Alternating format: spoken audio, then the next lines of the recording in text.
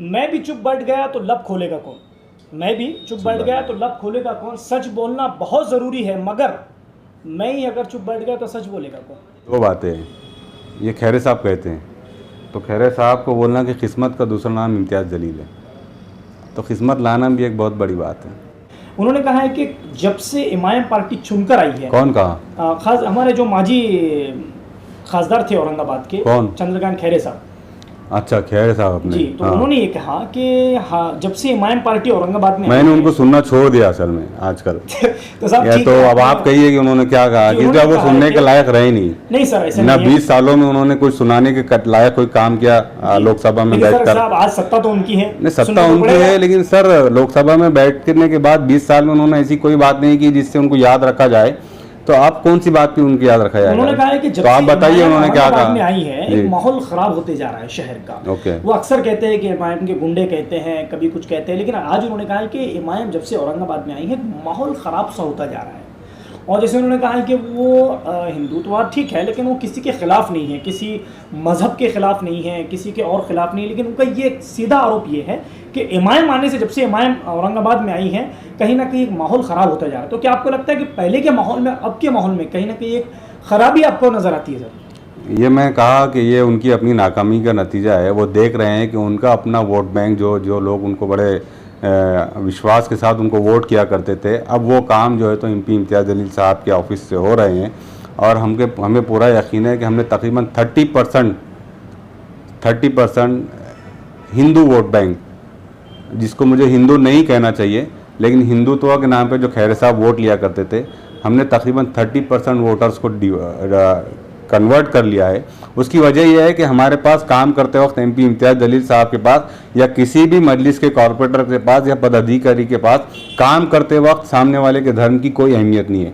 हम उसकी इंसानियत, उसको इंसान होने के नाते, अपना शहरी, अपना भाई होने के नाते हम उसके काम करते हैं। तो ये उनका सरासर एलिगेशन है। जब हम पर केसेस दर्ज हुए थे तो व्यापारियों पर भी हुए थे, तकरीबन 23 ऐसे बिजनेसमैन थे जिनके ऊपर गुनाह दर्ज हुआ था, हम 4 पदाधिकारियों के अलावा।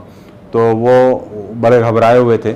और ये गुनाह जो हम पर दर्ज किए गए हैं, ये समझ लीजिए कि ये बौखलाहट का शिकार है। पर जो लोग राजनीति करते हैं वो समझते हैं कि धर्म की बुनियाद पर राजनीति करते हुए वोट हासिल करेंगे, लेकिन अब औरंगाबाद के हालात मुकम्मल तौर पर बदल चुके हैं। तो उनको अब जो केसेस दर्ज किए गए एमपी साहब के ख़िलाफ़, हमारे ख़िलाफ़ या जो बिज़नेसमैन हैं उनके ख़िलाफ़, ये डराने और धमकाने की कोशिश है, ख़ासतौर से बिज़नेसमैन को, कि आप अगर मजलिस इत्तेहादुल मुस्लिमीन के लीडरशिप के अंडर जाएंगे तो आपका केस होगे। लेकिन आप लोग देख रहे हैं औरंगाबाद अपडेट्स, मैं हूं अल्ताफ हुसैन। जब हमने देखा है कि पार्टी के कुछ नेताओं पर अक्सर हमने देखा है किसी वजह से जनता के काम करते हुए, जनता के बीच में रहते हुए, जब गुनाह दाखिल हुए हैं, जनता से उनको एक प्यार मिला, एक मोहब्बत मिली है। इसलिए मिली है कि जनता के लिए जब वो रोड पर उतरे हैं, जनता को उसका फ़ायदा हुआ है। हमारे साथ जो शख्सियत मौजूद है, एमआईएम पार्टी के शहर अध्यक्ष हैं, और सबसे अहम बात तो ये है कि एक पेपर के संपादक हैं और ख़ुद बहुत ही अच्छा दमखम रखते हैं, बहुत अच्छे अल्फाज यूज़ करते हैं। लेकिन कुछ अरसे से, कुछ वक्त से हमने देखा है कि जैसे ही ये शहर अध्यक्ष बने थे, एक ऐसा बयान ये दे बैठे थे कि जिसकी वजह से हमको ऐसा लगा था कि कहीं ना कहीं शारिक नक्शबंदी साहब जो है, एक बहुत जल्द देखा जाता है कि एमआईएम की तरफ से, जैसे कि देखा जाता है कि अक्सर ऐसे अल्फाज यूज़ किए जाते हैं जो लोगों को चुभते हैं। तो क्या शारिक नक्शबंदी भी एक संपादक होते हुए जैसे ही पार्टी में आए, इन्होंने अपने अल्फाज चेंज किए? आज फिर हमारे साथ शारिक नक्शबंदी जो है, एमआईएम के शहर अध्यक्ष हमारे साथ मौजूद है। इनसे हम बात करते हैं कि जो हाल ही में एमपी इम्तियाज़ जलील साहब हो या इनके कहीं और नेता हो जिनके ऊपर गुनाह दाखिल किया गया है, सारा आपके सामने है। इसके बाद हम लोग शारिक नक्शबंदी साहब से बात करते हैं एक शेर के साथ। शोएब अहमद खान साहब जो बहुत ही अच्छे शायर हैं, उन्होंने एक शेर कहा है कि जुल्म के साए में सर टोलेगा कौन। सर, जुल्म के साए में सर टोलेगा कौन। अहम बात तो ये है सर, उसके अल्फाज इतने गहरे हैं कि आप जब समझेंगे तो बहुत ही मज़ा आता है कि जुल्म के साए में सर टोलेगा कौन।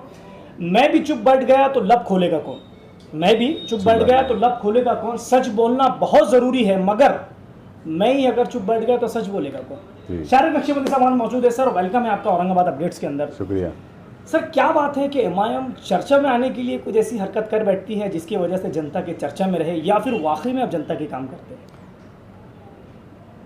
सर सियासत में चर्चा में आने के लिए बहुत सारे लोग स्टंट करते हैं। मजलिस इत्तेहादुल मुस्लिमीन की शुरू से कोशिश रही कि चर्चा में अगर आना है तो जनता की काम करो, फिर चर्चा में आने के लिए कोई स्टंटबाजी करने की ज़रूरत नहीं है।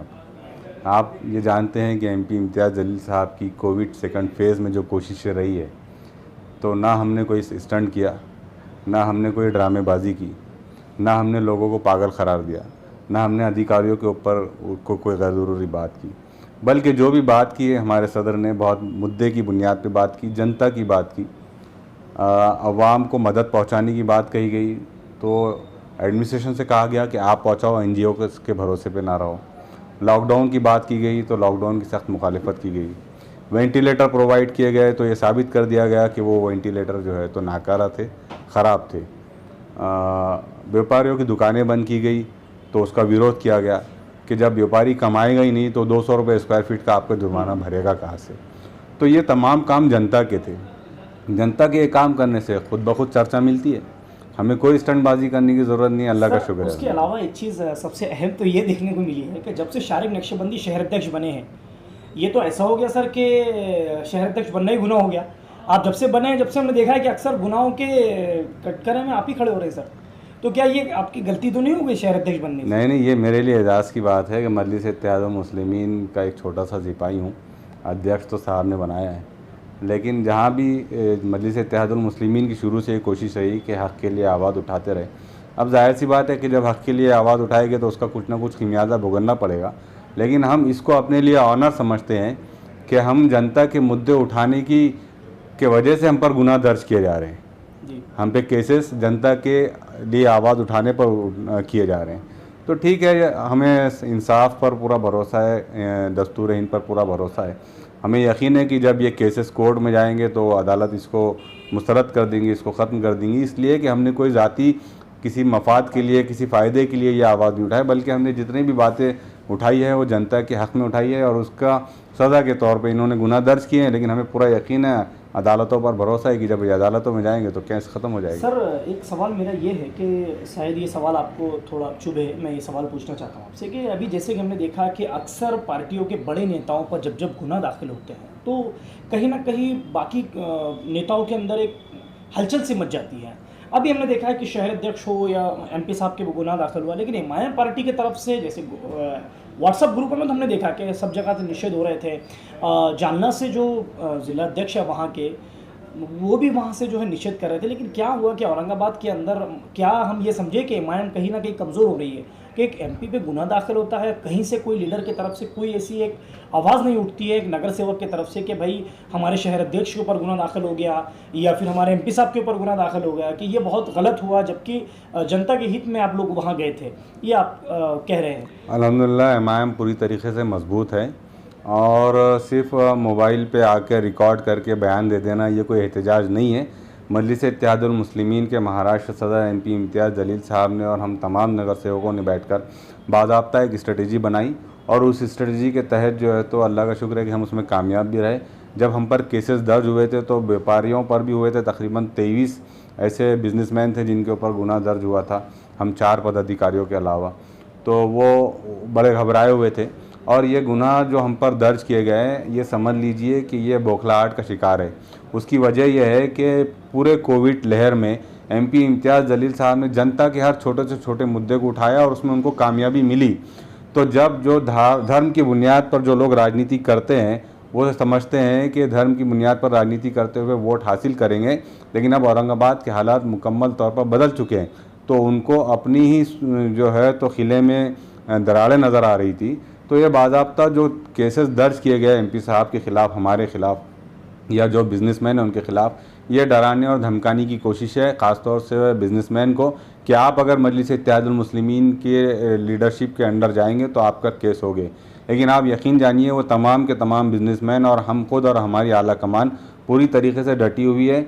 ये खिचड़ी सरकार जो बनी हुई है या खिचड़ी सरकार के जो नुमाइंदे औरंगाबाद में धर्म के बुनियाद पर राजनीति करते आ रहे थे, अब इनको अपनी कुर्सी अपनी जगह नहीं नज़र आ रही है, तो ये सुन के काम कर रहे हैं। हम पूरी तरीके से मुत्तहद है।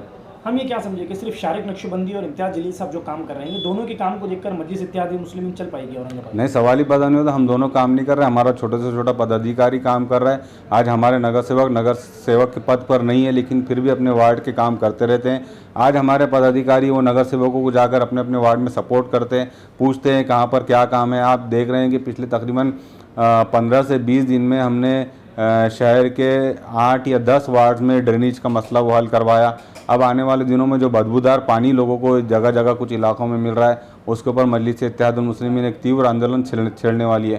तो ऐसा नहीं है कि सिर्फ कुछ लोगों की वजह से मजलिस चल रही है। मजलिस का छोटे से छोटा कार्यकर्ता हो या एमपी इम्तियाज़ जलील साहब हो, अल्हम्दुलिल्लाह तमाम की कोशिश है। इम्तियाज़ साहब की, डॉक्टर साहब की मुसलसल नुमाइंदगी रहती है कार्यकर्ताओं को, और सब अपने अपने लेवल पर काम कर रहे हैं। अब जैसे कि हमने देखा है कि पहले 8 दिन में अक्सर पानी आया करता था, बड़ा एक बवाल बना करता था। अब कुछ लोगों की शिकायत है कि ऐसा तो नहीं हो गया कि मजलिस को चुनकर लाने में 10 दिन में पानी आना शुरू हो गया? सर, मजलिस को चुनकर लाने के ये जो एलिगेशन है, ये सरासर इसलिए गलत है कि मजलिस के चुन के आने के बाद पानी 8-10 दिन में आ रहा है, ऐसा नहीं है। बल्कि ये एडमिनिस्ट्रेशन की बहुत बड़ी ख़राबी है कि औरंगाबाद की पॉपुलेशन दिन ब दिन बढ़ती जा रही है, लेकिन फ़िल्ट्रेशन सिस्टम जो औरंगाबाद का है वो आज भी एक ही है। ये बात समझने की है। और वो फ़िल्ट्रेशन सिस्टम की क्वांटिटी बढ़ाने के लिए बाज़ाब्ता एमपी इम्तियाज़ जलील साहब ने लोकसभा में नुमाइंदगी की। 1680 करोड़ रुपए मंजूर करवाने का काम ही मजलिस इत्तेहादुल मुस्लिमीन का है। 20-25 सालों से जिन लोगों को आप लोकसभा और राज्यसभा और मुंबई भेजा करते थे, उन्होंने आपके शहर के कोई वाटर सिस्टम को बदलने की कोशिश नहीं की। यह एमपी इम्तियाज़ जलील साहब की कोशिशों का नतीजा है कि 1680 करोड़ रुपए बाज़ाब्ता वाटर के लिए जो तो मंजूर करवाए गए। और वो जब फिल्ट्रेशन सिस्टम 1 से 2 होंगे, 2 से 3 हो गए, तो ऑटोमेटिकली पानी की जो रसाई है, पानी सही वक्त पर सही क्वांटिटी में फ़िल्टर होगा और आगे जाएगा। सर, अब जैसे कि आपने भी कहा कि कितने दिनों से आप जिसको भेजते थे, अब सर आज ही उन्होंने हाल ही में एक बयान दिया है कि गलती से जो एमपी चुनकर आए हैं, वो अक्सर कहते हैं सर, हर बयान में वो कहते हैं कि गलती से जो एमपी चुनकर आए हैं। और उनका एक सबसे बड़ा आरोप ये रहा, उन्होंने कहा है कि जब से इमाम पार्टी चुनकर आई है। कौन कहा? खास हमारे जो माजी खासदार थे औरंगाबाद के, कौन? चंद्रकांत खैरे साहब। अच्छा, खैर साहब अपने जी, तो उन्होंने ये कहा कि हाँ, जब से इमाम पार्टी औरंगाबाद में मैंने उनको सुनना छोड़ दिया असल में आजकल। तो साहब या तो अब आप कहिए कि उन्होंने क्या कहा, क्योंकि अब वो सुनने के लायक रहे नहीं सर, ऐसा ना। नहीं है। 20 सालों में उन्होंने कुछ सुनाने के लायक कोई काम किया लोकसभा में बैठकर? आज सत्ता तो उनकी है, नहीं, सत्ता उनकी है, लेकिन सर लोकसभा में बैठने के बाद 20 साल में उन्होंने ऐसी कोई बात नहीं की जिससे उनको याद रखा जाए। तो आप कौन सी बात पे उनकी याद रखा जाएगा? उन्होंने कहा है कि जब तो आप बताइए उन्होंने क्या कहा। में आई है, एक माहौल खराब होते जा रहा है शहर का। वो अक्सर कहते हैं कि इमाम के गुंडे कहते हैं, कभी कुछ कहते हैं, लेकिन आज उन्होंने कहा है कि इमाम जब से औरंगाबाद में आई है, माहौल खराब सा होता जा रहा है। और जैसे उन्होंने कहा है कि वो हिंदुत्ववाद ठीक है, लेकिन वो किसी के खिलाफ नहीं है, किसी मजहब के खिलाफ नहीं है, किसी के और खिलाफ नहीं है। लेकिन उनका ये सीधा आरोप ये है कि इमाम आने से, जब से इमाम औरंगाबाद में आई हैं, कहीं ना कहीं माहौल ख़राब होता जा रहा है। तो क्या आपको लगता है कि पहले के माहौल में अब के माहौल में कहीं ना कहीं एक ख़राबी आपको नज़र आती है सर? ये मैं कहा कि ये उनकी अपनी नाकामी का नतीजा है। वो देख रहे हैं कि उनका अपना वोट बैंक, जो लोग उनको बड़े विश्वास के साथ उनको वोट किया करते थे, अब वो काम जो है तो एमपी इम्तियाज़ जलील साहब के ऑफिस से हो रहे हैं। और हमें पूरा यकीन है कि हमने तकरीबन 30% हिंदू वोट बैंक, जिसको मुझे हिंदू नहीं कहना चाहिए, लेकिन हिंदुत्व के नाम पे जो खैरे साहब वोट लिया करते थे, हमने तकरीबन 30% वोटर्स को कन्वर्ट कर लिया है। उसकी वजह यह है कि हमारे पास काम करते वक्त एमपी इम्तियाज़ जलील साहब के पास या किसी भी मजलिस के कॉरपोरेटर के पास या पदाधिकारी के पास काम करते वक्त सामने वाले के धर्म की कोई अहमियत नहीं है। हम उसकी इंसानियत, उसको इंसान होने के नाते, अपना शहरी, अपना भाई होने के नाते हम उसके काम करते हैं। तो ये उनका सरासर एलिगेशन है। गलती से चुनकर आए हैं, गलती से। तो क्या आप मानते हैं कि ये, जैसे कि माजी खासदार साहब जो कहते हैं, अक्सर जो कहते हैं, या उनको आपको जैसा जवाब देना चाहेंगे, या कोई आपकी तरफ से आप एक बात कहना चाहेंगे, जैसे वो अक्सर कहते हैं कि एक गलती से जो एमपी चुनकर आए, तो आपको क्या लगता है सर इसमें? 2 बातें हैं। ये खैरे साहब कहते हैं, तो खैरे साहब को बोलना कि किस्मत का दूसरा नाम इम्तियाज़ जलील है, तो किस्मत लाना भी एक बहुत बड़ी बात है। आप 20 सालों तक आपकी खिदमत रही, लेकिन आप अवाम में उतना चर्चित नहीं हुए जितने 5 सालों में एमपी इम्तियाज़ जलील साहब है। पहली बात। दूसरी बात टेक्निकल की अगर हम बात करें कि गलती से चुनकर आ जाए, तो सर जमहूरियत में तो सरों की तादाद गिनी जाती है। अब वो गलती हो या सही हो, हम जीते तो हम जीते। ठीक है सर, अभी जैसे कि आपने कहा कि आने वाले वक्तों में 30% अभी आपने हिंदू बैंक वोटर जो है आपकी तरफ हो रहे हैं, तो क्या आपको लगता है आने वाले वक्तों में कुछ सालों में, जैसे इम्तियाज़ जलील साहब काम कर रहे हैं, जिस रफ्तार से काम हो रहे हैं, जैसे कि आप भी एक अभी शहर अध्यक्ष बने, जब से हमने देखा है कि मैम को कहीं ना कहीं मजबूती मिल रही है, तो आने वाले वक्तों में क्या 50% हिंदू समाज आपको वोट मारेगा? इंशाल्लाह ज़रूर देगा। और क्या बल्दिया इलेक्शन हिंदू और मुसलमान की बुनियाद पर नहीं रहेगा, बल्कि वो ये समझेगा कि हमने जिसको अपना कायद माने, उसके पास धर्म बाद में है, पहले वो इंसानियत के लिए काम करता है। और यही मजलिस का जो है तो शुरू से नारा रहा, शुरू से मिशन ओवैसी यही रहा कि हमको इंसानियत के लिए, हमको जनता के लिए काम करना है। सर, आप खुद होकर हिंदू समाज में जाएंगे या आने वाले वक्तों में कुछ ऐसी जगह से ऐसे चेहरे बल्दिया में देखने को मिलेंगे महानगर पालिका में कि हिंदू समाज वहाँ पर मजलिस इत्तेहादुल मुस्लिमीन की तरफ से रहेगा? बिल्कुल, इंशाल्लाह जहाँ मौका मिलेगा, हमारे कोई हिंदू भाई जो इलेक्शन लड़ने के लिए कैपेबल है, वो अगर आगे आते हैं तो मजलिस इत्तेहादुल मुस्लिमीन उनको ज़रूर कंसिडर करेंगे इंशाल्लाह। शारिक नक्शबंदी साहब, आखिरी सवाल मेरा ये है, आने वाले वक्तों में फिर तैयार अगर आप हैं, आपको लगता है कि फिर केसेस आपके ऊपर होने वाले हैं, तो क्या मजलिस में ऐसे डटे रहेंगे? इंशाल्लाह ज़रूर डटे रहेंगे। उसकी वजह ये है ना कि हम अपनी ज़ाती कोई काम के लिए अपने ऊपर केस नहीं ले रहे, हम जनता के लिए केस ले रहे हैं। तो ठीक है, कम से कम शहर इतना तो याद रखेंगे कि इसने हमारे लिए पानी के लिए केस लिया, हमने इलेक्ट्रिसिटी के बिजली बिल के विरोध में केसेस लिए, हमने जनता के लिए अपने ऊपर केस ले रहे, केस होने सब। एक छोटा सा सवाल मेरे दिमाग में अभी अचानक ये आया कि हमने देखा कि कुछ लोग इमाम पार्टी छोड़कर तेज़ी से राष्ट्रवादी की तरफ दौड़ रहे हैं, तो सब क्या आने वाले वक्तों में इसका बड़ा खामियाजा हम भुगत सकते हैं मजलिस इत्तेहादुल मुस्लिमीन? कौन लोग जा रहे हैं? अभी कई लोग हमने देखा है कि कई लोग जो है मजलिस छोड़कर उधर चले गए। कहाँ गए? राष्ट्रवादी कांग्रेस पार्टी। राष्ट्रवादी कांग्रेस का मसला यह है कि राष्ट्रवादी कांग्रेस किसी भी मुसलमान को पार्टी में लेने के बाद ये डिक्लेयर करती है कि वो मजलिस का है, जबकि अगर वो मजलिस के है तो उनको मजलिस की मेंबरशिप का कार्ड बताना चाहिए। किसी को भी आप अपनी पार्टी में प्रवेश करा रहे हैं और कह रहे हैं कि जो है तो ये मजलिस का मेंबर था, मजलिस का पदाधिकारी था, तो ऐसा तो नहीं है, कोई भी वोटर मजलिस का हो सकता है। आप उसको अपने पास प्रवेश करवा रहे हैं तो मजलिस के नाम पे क्यों बिल फाड़ रहे हैं? ये एक पहली बात। दूसरी बात यह है कि ये सियासत है, इसमें लोग आते जाते रहेंगे, लेकिन एक मिशन के साथ जो लोग जुड़े रहेंगे, अवाम के लिए, जो जनता के लिए काम करने का एक साहस लेकर आगे बढ़ के काम करने की कोशिश करेंगे, तो वो कभी भी जो है तो मिशन ओवैसी को नहीं छोड़ेंगे, मैं ये समझता हूँ। बल्कि आने वाले दिनों में हो सकता है कि कई किस्म के हथकंडे अपनाए जाएंगे मजलिस इत्तेहादुल मुस्लिमीन के खिलाफ। अल्लाह का शुक्र है, हम उससे पूरी तरीके से निपटने को तैयार है। जिस तरीके से वो निपटाना चाहेंगे अपने आप को, हम उस तरीके से निपटने के लिए तैयार है। करीब जाएंगे आप इस बार? महापौर हम बनाएंगे, करीब नहीं जाएंगे इंशाल्लाह। चलिए देखते हैं। शारिक नक्शबंदी साहब हमारे साथ मौजूद थे, इनका ये कहना है कि इस बार फिर हम महापौर बनाएंगे। और सबसे अहम बात इनसे बात कर ये समझ में आई कि जैसे शारिक नक्शबंदी साहब ने कहा है कि आने वाले वक्तों में जनता के हित में, जनता के काम करते हुए अगर फिर से वही केसेस होते हैं जैसे कि प्रशासन की तरफ से इनके ऊपर केसेस किए गए, उसके लिए पूरी तरह तैयार रहेंगे। और जैसे शारिक नक्शबंदी साहब ने कहा, सबसे अहम बात ये इन्होंने कही कि आने वाले वक्तों में अगर किसी हिंदू समाज से या किसी भी समाज से इनके पास आकर टिकट मांगा जाता है किसी एरिया से, जरूर बजरूर उसकी तरफ जो है ध्यान देंगे। और 30% तक, जैसा इन्होंने कहा कि 30% हिंदू समाज को ये लोग जो है देकर इस वक्त चल रहे हैं, आने वाले वक्तों में अब क्या होता है देखने की ये बहुत बहुत ज़रूरत है। राष्ट्रवादी कांग्रेस के, जैसे उन्होंने कहा कि राष्ट्रवादी कांग्रेस में जो लोग ईमान से प्रवेश कर रहे हैं, ज़रूरी तो नहीं है कि वो मजलिस के ही हो। वोटर्स तो ठीक है, वोटर्स अगर कहीं जाते हैं तो वैसे भी आगे इन्होंने कहा कि आना जाना तो पार्टियों से लगा रहता है। सबसे अहम बात इनसे बात करने के बाद ये समझ में आई है कि मजलिस तैयार है जनता के काम के लिए। MP इम्तियाज जलील साहब हो, शारिक नक्शबंदी हो, डॉक्टर गफ्फार कादरी हो और इनके अन्य नेता हो, ये लोग जो है जनता के हित में लड़ते रहेंगे, ऐसा शारिक नक्शबंदी साहब का कहना है। सर बहुत बहुत शुक्रिया आपका। कैमरामैन जियाउल के साथ मैं अल्ताफ हुसैन, आप लोग देख रहे हैं औरंगाबाद अपडेट्स।